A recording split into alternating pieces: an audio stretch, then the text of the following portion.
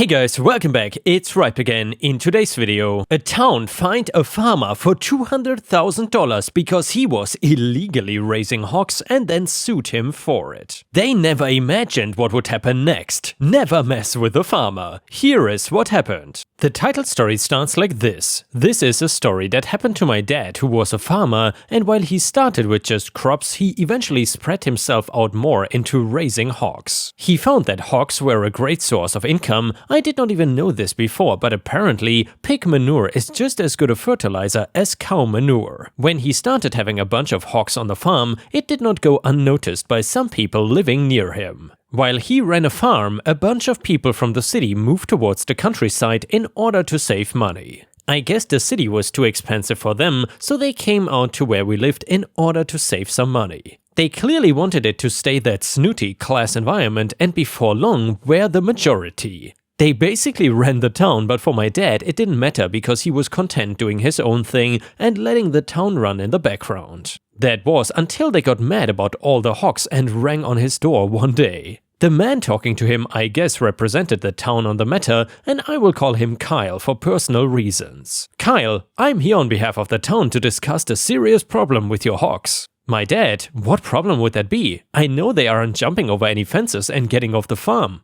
Kyle, they are staying on your farm, but the smell and noise are not. We can hear them making those horrible snorting noises, not to mention that these animals reek. My dad, you want me to make pigs be quiet and smell nice? Kyle, no, we want you to get rid of them all. You're breaking town regulations by having them and they need to go. My dad, I'm allowed to have livestock per my profession. I dare you to try and show me a single law that says I'm not allowed to have pigs for use in my business. Until you can do that, you can just get right off my property. My dad loved to tell me that conversation and how he slammed the door in Kyle's face afterwards. He was right though, there was no law stating that my dad couldn't own pigs and make profit off of them. He was a smart man that knew to read into things before just doing them and hoping for the best. The laws regarding the pigs were as long as he was not slaughtering them and selling the pork without proper equipment and licenses, he was fine. But he wasn't in the business of doing that anyway, so they could not attempt to get him on that. Instead, they tried claiming that the pigs were causing a disturbance to the public peace and the smell was a biohazard. And yes, they actually tried to claim that the farm was leaking out a biohazard just from the way that the pigs smelled. I will be the first to admit that hogs don't smell great, but I mean they are wild animals. No wild farm animal is going to smell good, including the farmer, after working in the hot sun. They tried to give him a fine for $200,000 and telling him that the hogs had to all go. When he refused, Kyle and his group of city snoots decided they were actually gonna file a lawsuit against my father, all because of the pigs. My dad did not mind things going all the way to court if it meant that he could finalize once and for all that he could have the pigs. He was not worried about losing and owing them money because they really did not have a case. I think pretty early into the entire lawsuit, Kyle and company realized they as well did not have anything solid to stand on, let alone something they could consider worth that dollar amount that they were trying to get from him. See, what they didn't know was, despite being just a farmer and looking the part, my dad knew some highly educated people. Getting a lawyer to take his case was easy, and he started digging deep into all of the laws regarding anything Kyle could throw at him. Of course, the main things were saying it was a biohazard and disturbing the peace. He dug out a ton of cases where the actual level of noise was stated for what disturbing the peace with noise was. Also then, cases showing what a biohazard is and isn't. All of these cases were regarding farmers and all of them came to the same main conclusion. That the noise level of animals or farm equipment cannot be disturbing the peace because it is for business purposes and a necessity. Kyle tried to argue that the pigs were way louder than any other kind of animal would be, but was easily proven wrong. They are nowhere near the loudest thing my dad could have had on the farm. As for the smell being a biohazard, the judge told Kyle to stop being overdramatic with his comments. If he wanted to complain about the smell, fine, but don't try and claim it as a biohazard. Again, it was thrown away with the fact that yeah, pigs smell. The smell does not travel as far as they claim it would, and there's nothing dangerous about it. They moved near a farm and should have had the common sense to anticipate that it would smell like a farm. Kyle was pissed about the entire thing and that the town was not gonna get all of that money from my dad. I assume they figured he would just pay it and give in, thinking they were right. I noticed that is how many of those snooty people from towns can be. very focused on the fact that they are right and totally blind to the fact that somebody supposedly beneath them like a farmer could win. My dad was not one to let things go either, so he started planning for revenge. The first stop was to actually expand his hog area and buy more in order to make more profit. The second and much better thing was to also expand his selling from just a manure. Another big way that farmers can profit off of pigs is to breed them and sell the babies to other farms. This could also keep his farm well stocked with enough hogs to do anything he really wanted. The noise was louder because a pig giving birth is gonna make a ton of noise. Not to mention the babies running around and making constant noise as well. Also, more pigs equal more smell, so the city folk would have to deal with that. I think the best part of the revenge was one that came by a total accident. A lot of young kids liked the farm, and when they saw the pigs having babies, it started an epidemic of kids asking their parents where babies came from. Kids that were too young to understand what they were even looking at. The word was spreading like crazy, and I know they hated my dad for that more than anything else he did. And yeah, Ripe Stars, if you have enjoyed the story so far, please don't forget to like the video and maybe even post a comment. That would help me tremendously. Thank you so much. And the next one is a revenge story. I took my daughter homecoming shopping at our local mall. She was in a dressing room and I had several dresses hanging on the outside of the door. The shop was very busy and full. I was standing outside her door waiting for her to come out and show me the dress she was trying on when an EB, aka Entitled Karen, started coming over. The EB started looking through the dresses we had chosen hanging on the door. I said, "Excuse me, but those are dresses my daughter is about to try on." The EB says, "I know, but my daughter really wanted to try on this black one and you have the only one in her size." I told EB that she could have it after my daughter tried it on if she decided it was not what she wanted. EB huffed and walked away. My daughter came out in a red dress she really liked but still wanted to try on the rest. I was holding the red dress. EB then comes back and asked if she is done with the dress yet. I say no, she is trying it on now. EB gets huffy and tells my daughter to hurry up. Then she eyes the red dress in my hand and says, "What about that one?" I told her it was a contender and she goes off complaining that we have taken all the dresses in her daughter's size. Then she notices another dress we have hanging on the door and completely loses it, screaming about how that was the dress her daughter had come for and we were ruining her first formal shopping trip.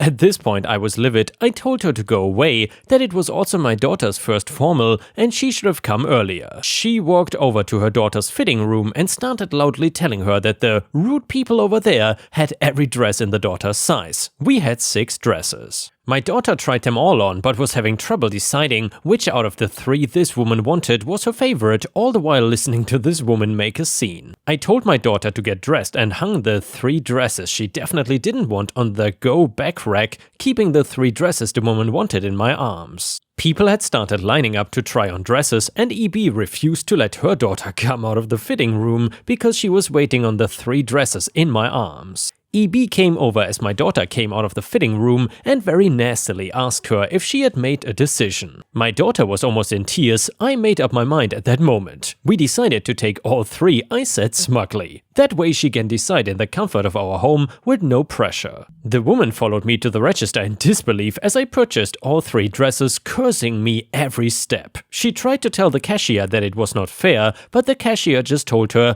that I had every right to buy as many dresses as I wanted. After we got home, my daughter put on a fashion show for me, her dad and siblings with all 3 dresses. She chose the red one, best money I ever spent. And yeah, Ripe Stars, that was a truly satisfying revenge. This Karen and her daughter got exactly what they deserved. Either way, the next one is another revenge story. My cousin, 23 female, recently opened up her own salon. From a young age, she taught herself how to thread, wax eyebrows and developed an interest in makeup and hair. Everyone in our extended family would go to her before events and on a monthly basis for their threading, waxing, hair and makeup needs. In 2020, she had a full-time job, non-salon related, but decided to renovate the basement of her home to create a small salon space. She now spends her free time taking clients in her at-home salon and there's nothing but great reviews. Her sister helped with the renovations and now helps her with marketing the business on social media and community pages, and I help with the finances, aka budgeting and price setting. We all support her and are really proud of her. The salon is our baby. We are now in the middle of a pandemic and this greatly affected her salon business. As a result, she implemented safety measures and our small team made sure to keep up with COVID regulations in our city. This included having one customer inside at a time,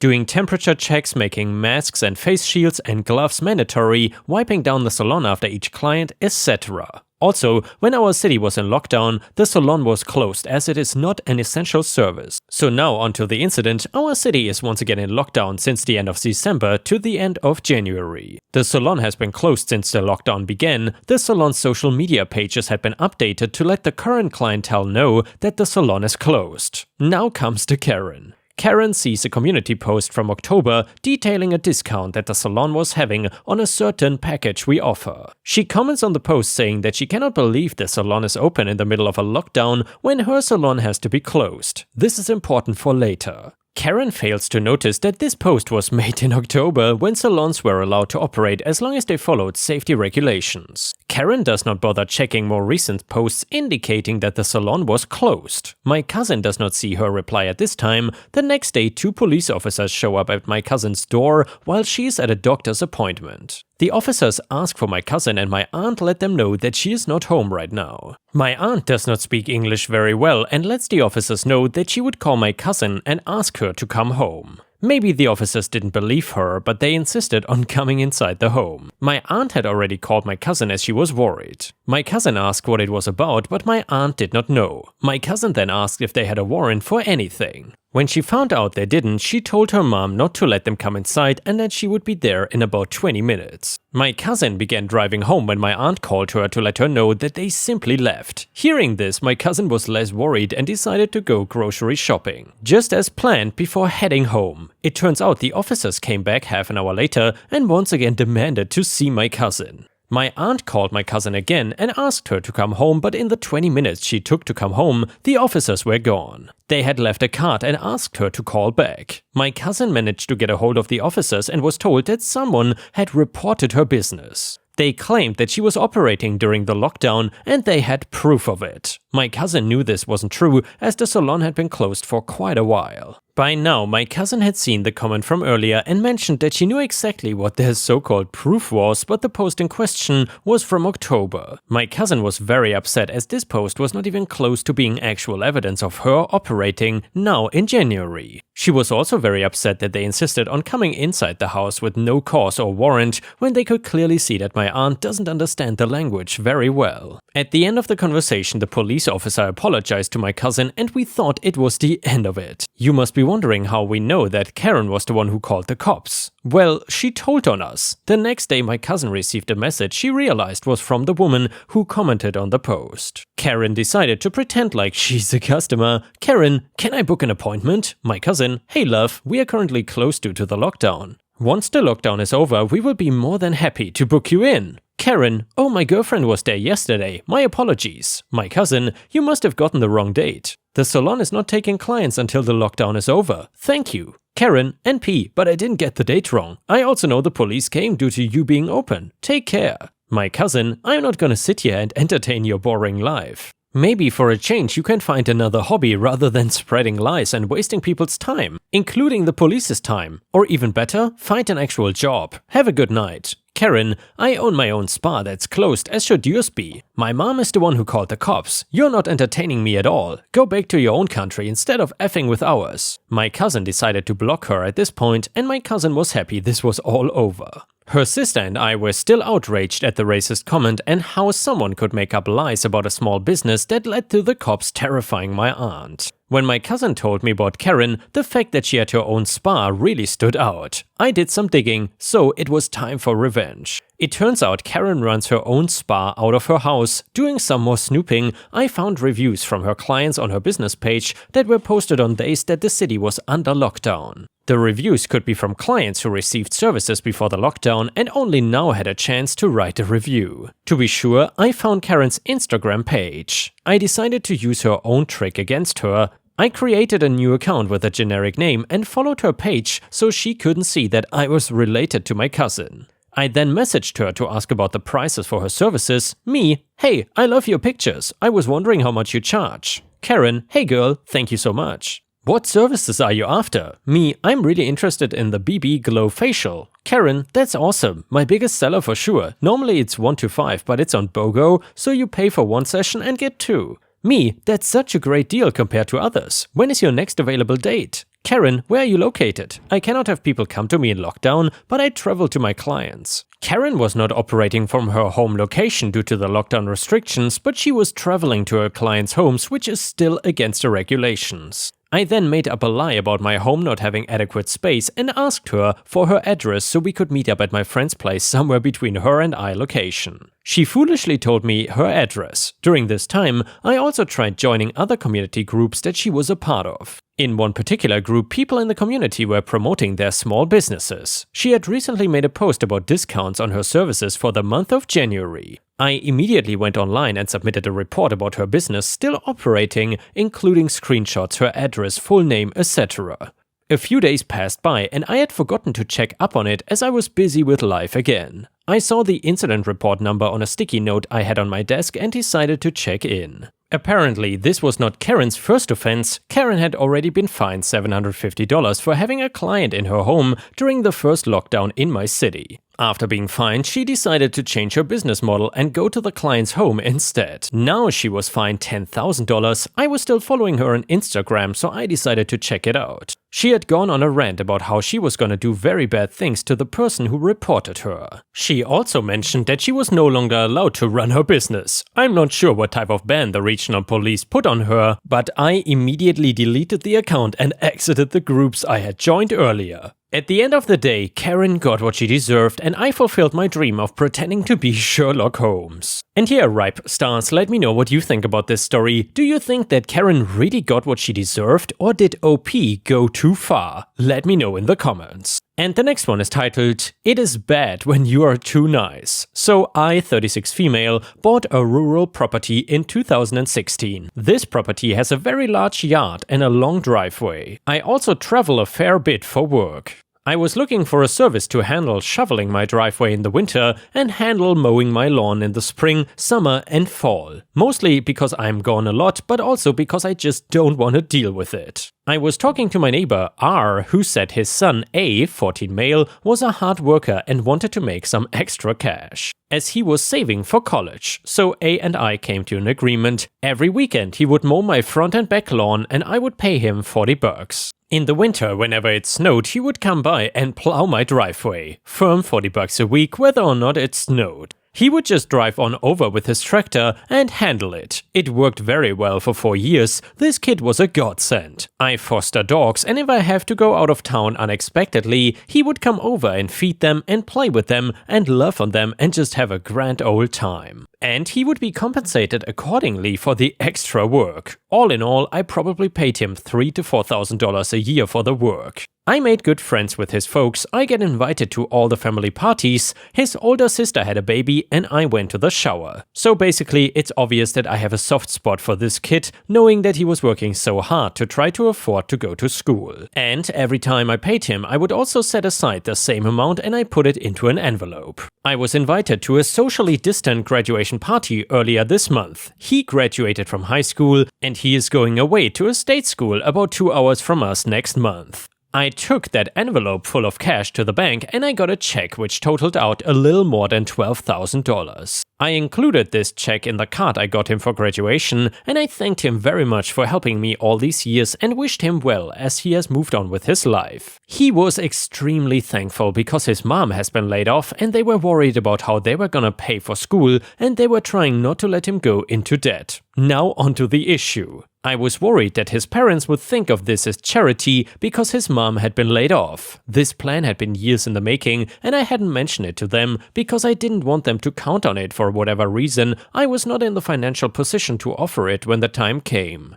R called me extremely upset that I hadn't told them about the fund prior for 2 reasons. Number 1, it overshadowed their gift to him, and number 2, they had spent so long worrying about how they were gonna pay this, and if they had known about what I was doing, it would have saved them a lot of stress and problems. So Reddit, am I the a-hole here? And yeah, Ripe Stars, let me know what you think about this. Do you think that OP was the a-hole for essentially being super generous or not?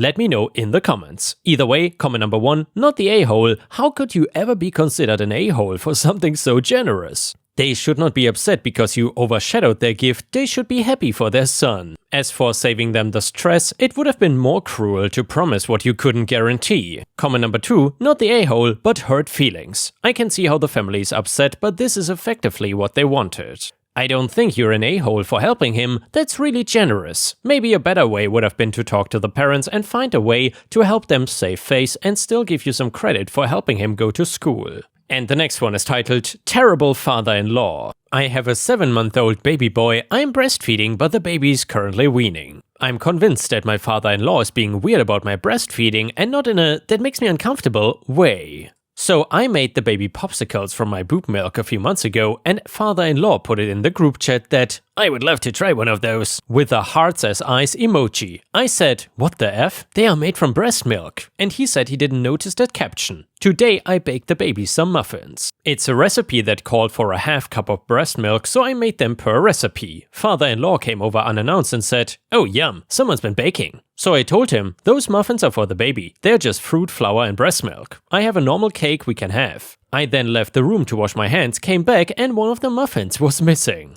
I asked husband and he had no idea, so I asked father-in-law and he said that he ate it. I said that is disgusting. I told him they were for the baby and contained breast milk. He doubled down and said it's okay because breast milk is vegan. Note, no one in the story is vegan. I told him he's a creepy pervert and to get the F out of my house. Husband is baffled by the whole thing and was convinced it was a misunderstanding, even though I explicitly said they are made with breast milk. Father-in-law said I'm a douchebag because I had made loads and the baby wouldn't miss out. Mother-in-law was blowing up my phone until I asked her if she was really okay with father-in-law drinking milk that came directly from my breasts. I think she didn't get the full story. My sisters say it's gross and father-in-law is a weirdo. And yeah, Ripe Stars, let me know what you think about this. Do you think that OP is in the wrong here or not? Either way, a comment on Reddit said, he is disgusting and highly inappropriate. Your husband might not be sensitized to this because it's normal given the home he was raised in. First time he thinks he's funny, after that it's creepy. Sad to say that you needed to firmly correct his behavior right off the bat, of course at the very high probability of him turning it around on you. Each of us, both men and women, should try over time to help their partners grow, including growing out of immature and inappropriate behaviors learned in childhood.